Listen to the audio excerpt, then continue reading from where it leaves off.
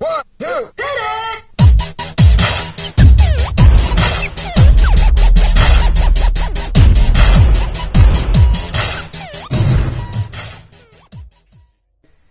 Hey, what's up? We're Phoenix, and you're watching the Guestlist Network. Keep it locked. Why did we break up? Why did we break up? And then we make up. We were meant to be. Keep on falling for you. Hi, I'm Chloe. I'm here with Ben. Hey, how you doing? You alright? Hi, Ben Westbeech. How are you?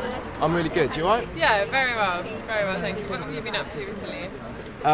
What, generally? Or Yeah, this generally. morning? Generally working hard, finishing my next record, and yeah, DJing and playing live. That's pretty much what I've been doing, but mainly finishing my album.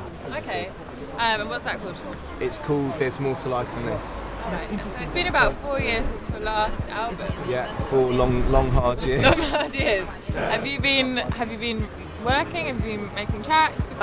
Yeah, I was kind of making another record. I've been a band record that's been put sort of on the back burner while I do this Ben Westbeech album, and then I'm going to continue making that record next month or the month after. You know, when I start promoting this one, I'll start work again on the other record.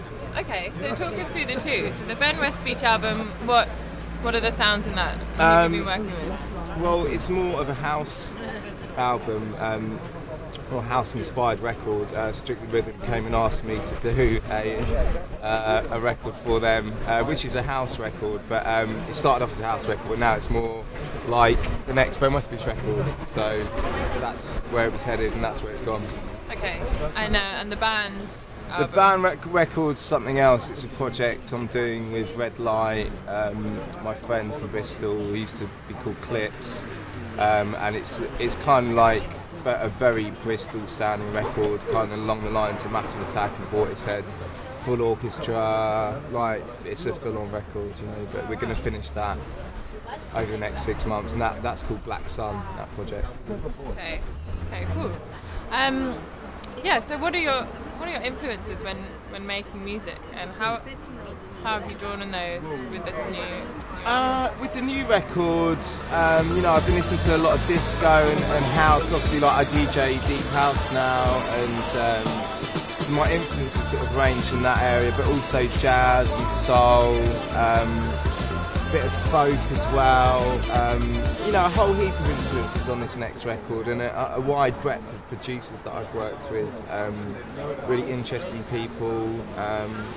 So it's kind of you know, an amalgamation of sounds, quite eclectic again, but you know, it's along the same sort of similar BPMs, like 110 to 130 now. So a bit more focused than my last record. My last record was really all over the place, and this one's a bit more succinct. Okay.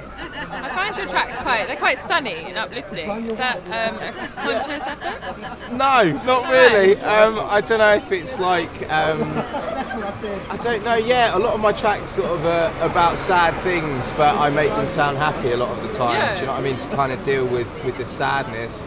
But yeah, this next record's quite summery, you know, there's a summery vibe to the album. I don't know, I guess I like, you know, happy sounding music, but then with quite dark subject matter some of the time.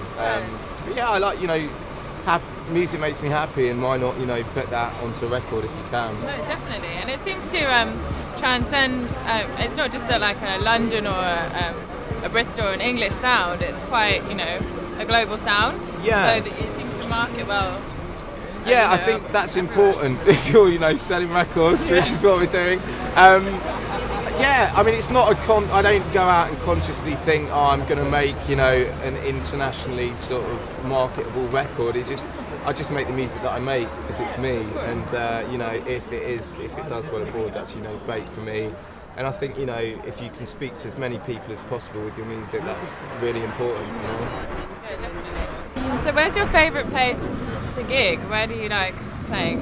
Where do I like playing? Yeah, DJing.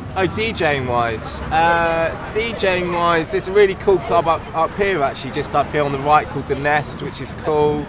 I like playing in sort of little warehouse parties. my friend puts on a night called Slow Poke just up the road, which is quite dingy, sort of slow house night. That's cool to play. I like playing in London. I think internationally, like Japan, I love playing. That's one of my favourite places to play. Yeah, all over it. I like playing anywhere that will have me. I like to play it. Cool. Okay, cool. And are you touring your band as well with the next record? Yeah, the band will happen again, probably after the record drops. So you must have some quite loyal fans now after the last record. Do you think Yeah. they'll be pleasantly surprised by what they hear? Do you think? Yeah, I think so.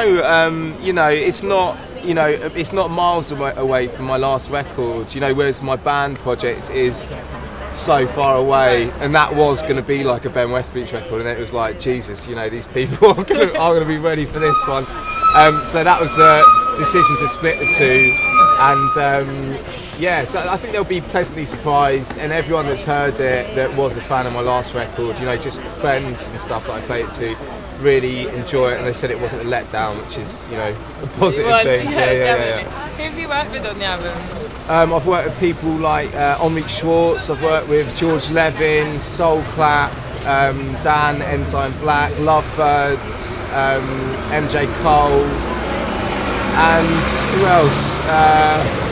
Chocolate Puma. Quite a good Yeah, it's a good breadth of people, and people Motor City Drum Ensemble as well. Do you approach them, or do they approach you, or a bit of both? A bit of both, really. It was like people who'd approached me in the past, and then wanted to make a house record, but I couldn't do that before, and now we could do it. So we just went and asked people, and most people were up for it. So that was good. Anyone you would want to work with in future? There's a guy called Kink who I really like at the moment. He makes sort of acid house. Like he's dope though. He's really cool. I'd like to work with him. Who else? Cats and Dogs I'd like to work with as well. They're like a Polish. I think they're Polish. They make sort of slow house and disco. They're really cool. So you trained as a cellist. Yeah. And a classical vocalist. Do you still play the cello? Yeah. Do you play in your band? Or? I do. Well, I'm actually with this project. I'm doing it. I mean, there's a clip on YouTube of me doing an acoustic set with my cello and my friend on piano. So you can check that out on YouTube. Cool. I'm starting to incorporate it with the live show, which is really cool for me to do. And I'm starting to play cello again, which I haven't done for years. So. Yeah, the cello's coming back into my life again, which is it's a positive thing. Yeah, always. So when writing songs, what's that process like? How do you start? Have a cup of tea, go for a run. No. I don't know. Writing songs for me is it can be anything can trigger it. If I hear someone say an interesting phrase, I'll be that's a really cool phrase. I'll take that and make a chorus out of it, or something that's happened to me in my life, personal experience, observation, sort of feelings, inner feelings, lots of different stuff really. And whether I start writing a tune and then put the lyrics to it, or write the lyrics and then put it to a tune, it can happen anyway. So I'm not intuitive. I'm not someone who's like, this is the formula, I do this every time. I think it'd just become really sort of boring if you did that. So you can write songs any which way you want really. I don't think there's I don't use a formula, I just write songs. Okay. Fairly natural. When's your single out? Which one's that? March the 1st, my single called Falling is out, and that's got remixes from D-Tron, Two Bears, Dark Sky, and Jam Factory, which is the guy who owns this lovely cafe that we're in Dalston, the Dalston Superstore. If you're in the area, come down for a coffee or a dance on a weekend. It's a good club as well. Cool, thank you for that. And then the album comes out, and then presumably you're touring, you're doing some festivals. Yeah, I think we'll be doing most festivals this year, and then touring sort of around July and onwards really, when the album drops. So yeah, Which festivals are you looking forward to? Glasgow, definitely, the Big Chill. I love going to festivals. It was always a part of my life before I did music, going to festivals, and when I lived in Bristol, obviously Glastonbury was really important to everyone, and it's just such a good. I love seeing people, in the sun or the rain, having fun, enjoying themselves, enjoying music. It's really cool. So, do you have any pre-show rituals that you do? Yeah, I do have a pre-show ritual.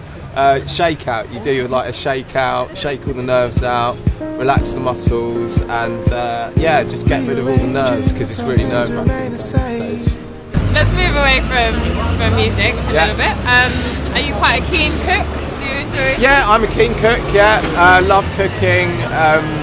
I love food. I love eating it. I love cooking it. Your dish, like your signature Signature dish? dish is sea bass in a saffron and champagne sauce on baby new potatoes and tender stem broccoli. Wow, that's an impressive dish. Yeah. What about for afters? Do you do pudding? Afters, maybe like, I think just raspberries and strawberries with cream. It's just like, I just like simple, something simple like that. Okay, well thanks Ben. That was really nice to have a chat with you. Nice Enjoy to your meet tea. you. Thank you. I hope you enjoyed it. Thanks.